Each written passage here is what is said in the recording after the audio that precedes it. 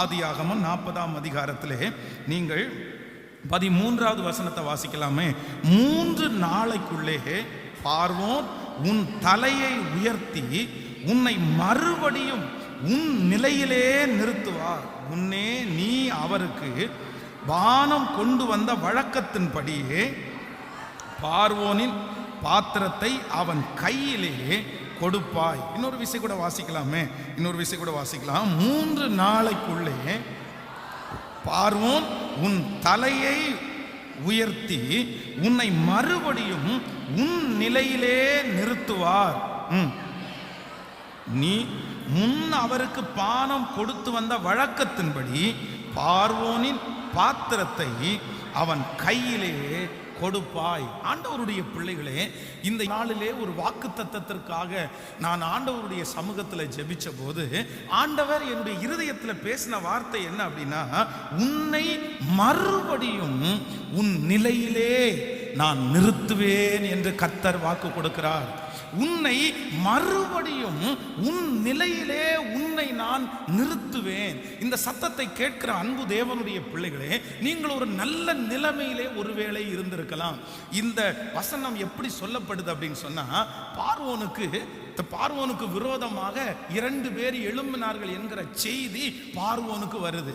அந்த உள்ளுக்குள்ளேயே ராஜாங்கத்திற்கு விரோதமாய் செயல்பட்டு எப்படியாவது பார்வோனை அழிக்கணும் அப்படின்னு 2 பேர் மேலே சந்தேகம் கொடுக்கப்படுது.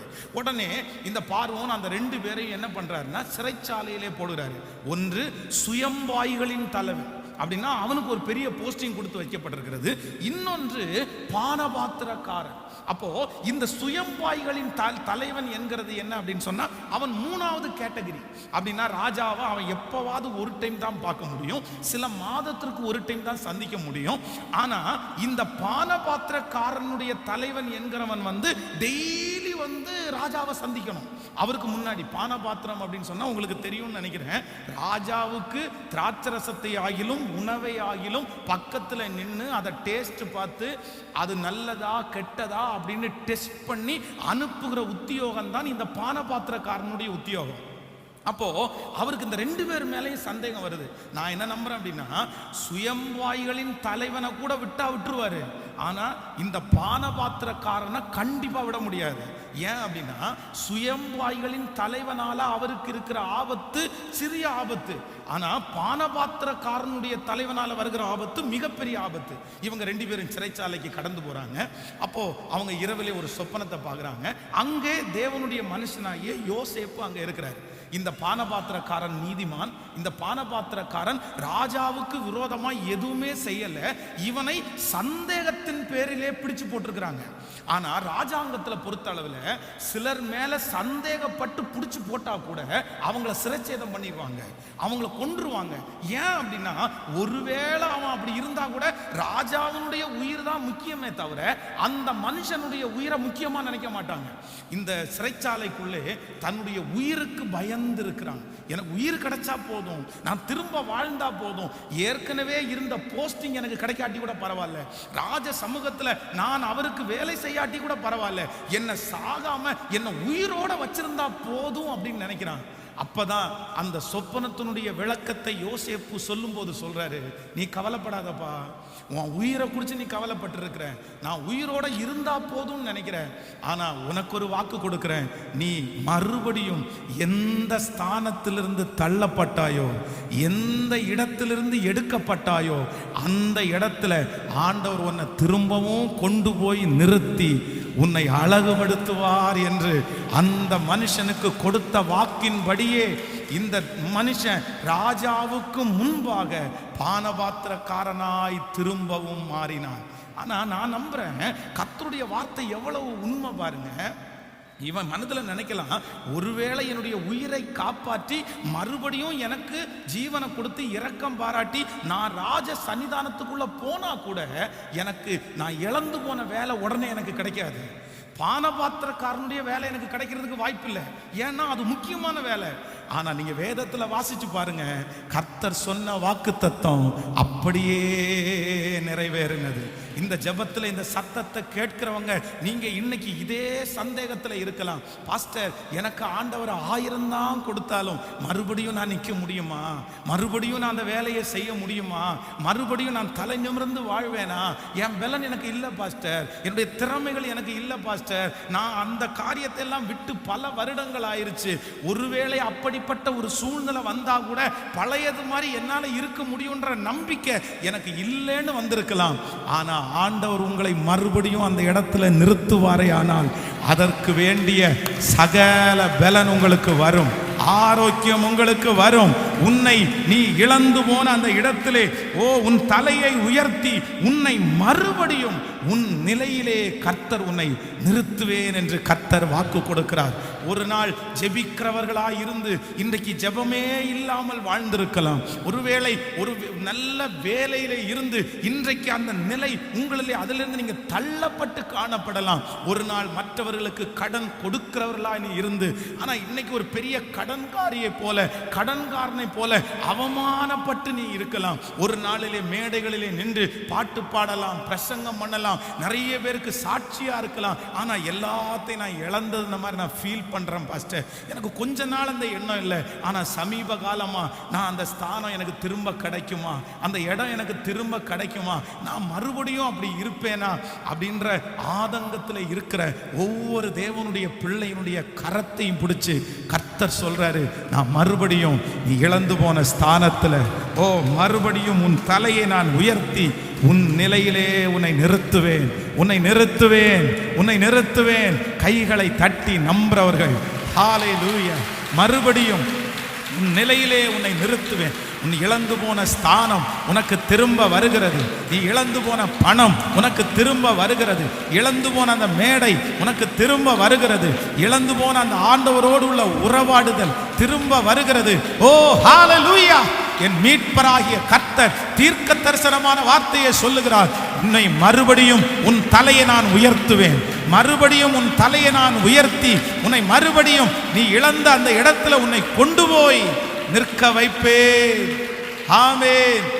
எனக்கு குறித்ததை முறைவேற்றி முடிப்பவர் நீரே ஐயா, நீரே எனக்காக யாவை செய்து முடிப்பவர் நீரே ஐயா, நீரே எனக்கு குறித்ததை நிறைவேற்றி முடிப்பவர் நீரே ஐயா, நீரே எனக்காக நீரே ஐயா, நீரே. சொல்லுவோம், அப்பா உமக்கு ஸ்தோத்திரம், அன்பே உமக்கு ஸ்தோத்திரம், அப்பா அப்பா உமக்கு ஸ்தோத்திரம், ஹல்லேலூயா. அன்பே உமக்கு ஸ்தோத்திரம். இப்ப கையமால் உம்மலாகாத காரியம் ஒன்றுமில்லை, உம்மலாகாத காரியம் ஒன்றுமில்லை, உம்மலாகாத காரியம் ஒன்றுமில்லை, எல்லாமே உம்மாலாகும்.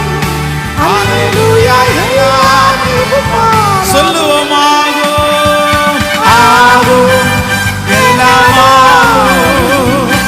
உம்மாலேதான் எல்லாம் ஆகும். ஜீசஸ், ஆகும். ஜீசஸ், எல்லாம் ஆகும். ஜீசஸ். உம்மாலேதான் எல்லாம் சொல்லுவோம், ஆகும். ஆகும், ஆகும். எல்லாம் ஆகும். உம்மாலேதான் எல்லாம் ஆகும். எல்லாம் ஆகும், உம்மாலேதான் எல்லாம் எல்லாம் ஆகும். ஆகும். ஆமென் சொல்லுவோம். எத்தனை பேர் விசுவாசிக்கிறீர்கள்? ஆம், கர்த்தருடைய வார்த்தை பொய் உரையாது. உன் பிள்ளை தள்ளப்பட்ட ஸ்தானத்தில் ஆண்டவர் மறுபடியும் அவனை கொண்டு வச்சு கர்த்தர் அழகு பார்ப்பார். உங்க குடும்பம் தள்ளப்பட்ட இடத்துல ஆண்டவர் சொல்றார், மறுபடியும் அந்த ஸ்தானத்தில். ஒரு நாள் தெரியாம நான் அப்படி செஞ்சிட்டேன் பாஸ்டர், அந்த ஸ்தானத்தினுடைய மேன்மை எனக்கு தெரியல, நான் தான் மிஸ்டேக் பண்ணேன். ஆண்டவர் எனக்கு கொடுக்காத எதுவுமே இல்லை பாஸ்டர். ஆண்டவர் எனக்கு ரொம்ப நல்லா கொடுத்துருந்தாரு. ஆனால் அன்னைக்கு யாரோ ஒருத்தருடைய வார்த்தையை நான் கேட்டு இந்த மாதிரி இழந்துட்டேன். நான் எனக்குள்ள ஒரு கொஞ்சம் கோபம், அந்த ஸ்தானத்தை உதறி தள்ளிட்டு நான் வந்துட்டேன். எனக்கு வேண்டான்னு தூக்கி போட்டேன். நான் செஞ்ச ஒரு சின்ன மிஸ்டேக் பாஸ்டர். அந்த இடத்துல இருந்து நான் ஒன்றுமே இல்லாமல் திரும்ப துரத்தப்பட்ட ஒரு சூழ்நிலையில் இருக்கிறேன். யாரோ ஒருத்தர் இங்கே ஃபீல் பண்ணிட்டே இருக்கலாம். என் வாழ்க்கையில் அடித்த ஒரு பெரிய புயல், எங்கள் குடும்பத்தில் வந்த ஒரு பெரிய பிரச்சனை, நான் அந்த ஸ்தானத்திலிருந்து வெளியே வர்றதுக்கு ஒரு காரணமாகவே மாறிடுச்சு. நான் அப்படி எதிர்பார்க்கல பாஸ்டர், நான் அப்படி நினைக்கவே இல்லை. ஆனால் நான் அதுலேருந்து வெளியே வந்துட்டேன். திரும்ப அந்த இடத்துக்கு உள்ளே போகணும், அந்த காரியத்தை செய்யணும்னு நான் நினைக்கும் போது என்னால் முடியல. நான் இப்படியே இருந்துருவேணும்னு எனக்கு பயமாக இருக்குது பாஸ்டர். என் வாழ்க்கை இப்படியே போயிருமோ, என் பிள்ளையினுடைய வாழ்க்கை இப்படியே போயிருமோ, எனக்கு ஒரே கலக்கமாக இருக்குது பாஸ்டர்.